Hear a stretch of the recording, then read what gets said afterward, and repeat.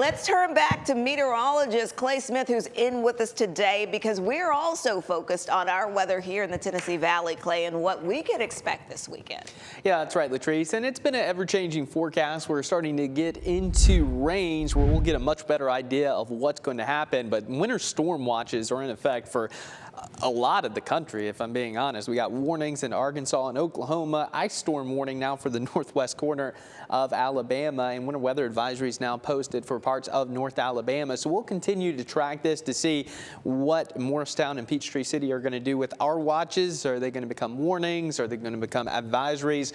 We'll know more in probably the next 12 hours or so, or within that time frame.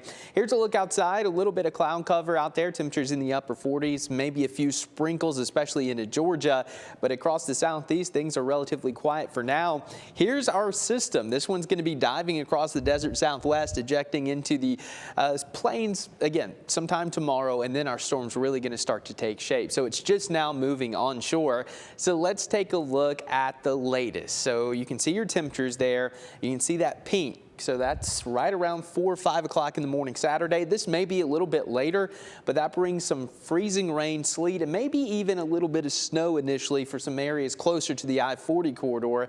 As we progress throughout the morning, temperatures are going to be a little bit all over the place. There may be some pockets of sub-freezing temperatures and then some areas of above freezing temperatures that may be rain. So whether you're 31, 32, 33, it's going to make a big difference as to what you see, because anybody below that 32 threshold, or especially into the 20s, we'll start to see more of that icing. If you're above 32, of course, it'll be more of a rain event, but it does look like we could have that mixed bag for much of the day on Saturday.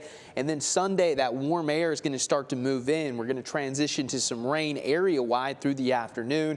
And then on the backside of this, cold air crashes back down. So if we have any moisture left over, then we could potentially be dealing with a little bit of snow at the tail end of this thing. But here's a look at your surface ice accumulation, anywhere from about a quarter to a half of an inch maximum amounts, especially along the plateau. That's where we could see up to a half of an inch. And again, this is your surface ice accumulation on areas like bridges, anything flat essentially. Radial ice accumulation is tree limbs and your power lines, maybe up to 1/10 to 2/10 of an inch of ice. So we'll have to watch that because it is going to be an ever-changing forecast, but we could have some moderate impacts along Walden Ridge down into northwest Georgia, including the Chattanooga metro, and of course back into North Georgia as well. So once we start to get into that half-inch range, that's where we could really start to see some of those moderate issues taking shape. And as for the snow threat, well, that's going to be pretty far to our north into the Ohio Valley. So again, an ever-changing system that we're dealing with, but as we take a look at your 7-day forecast, we'll be in alert mode Saturday, Sunday, even through Monday as temperatures drop down into the single digits and teens across parts of the area.